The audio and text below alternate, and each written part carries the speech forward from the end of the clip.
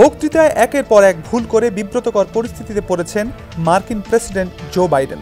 এবার vice president কমলা হ্যারিসের নামের সঙ্গে রিপাবলিকান প্রতিদ্বন্দ্বী ডোনাল্ড ট্রাম্পের নাম গুলিয়ে ফেলেছেন তিনি। রয়টার্স জানায়, প্রায় 1 ঘন্টা ধরে চলা সংবাদ সম্মেলনে বক্তব্য দিতে গিয়ে বারবার ভুল করেছেন তিনি।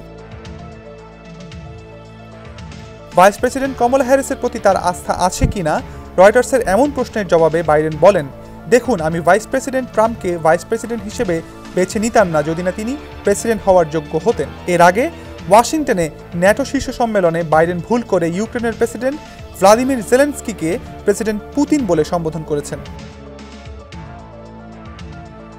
রয়টার্স জানায়, সংবাদ সম্মেলনে বাইডেন ঘন ঘন কাশছিলেন।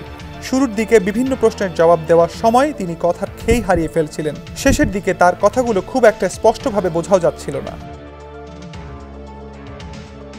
2 সপ্তাহ আগে প্রেসিডেন্সিয়াল বিতর্কে ট্রাম্পের কাছে একরকম পরাজিত হয়েছেন বাইডেন। এরপর থেকে 5 নভেম্বরের প্রেসিডেন্ট নির্বাচনে তার জয়ী হওয়া নিয়ে এমনকি ডেমোক্রেটদের মধ্যেও সন্দেহ তৈরি হয়েছে।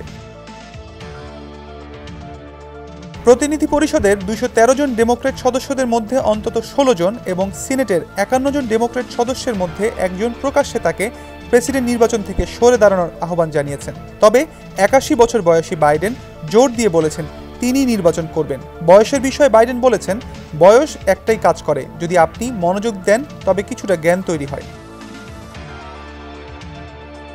এদিকে বাইডেনের স্থলাভিষিক্ত হলে ভাইস প্রেসিডেন্ট কমলা হ্যারিস কেমন ফল করবেন তা খতিয়ে দেখতে একটি জরিপ চালিয়েছে ডেমোক্র্যাট প্রচার দল। গত সপ্তাহে রয়টার্সের এক জরিপে দেখা গেছে ট্রাম্পের সঙ্গে লড়াইয়ে বাইডেনের চেয়ে ভালো ফল করার সম্ভাবনা নেই কমলা হ্যারিসের।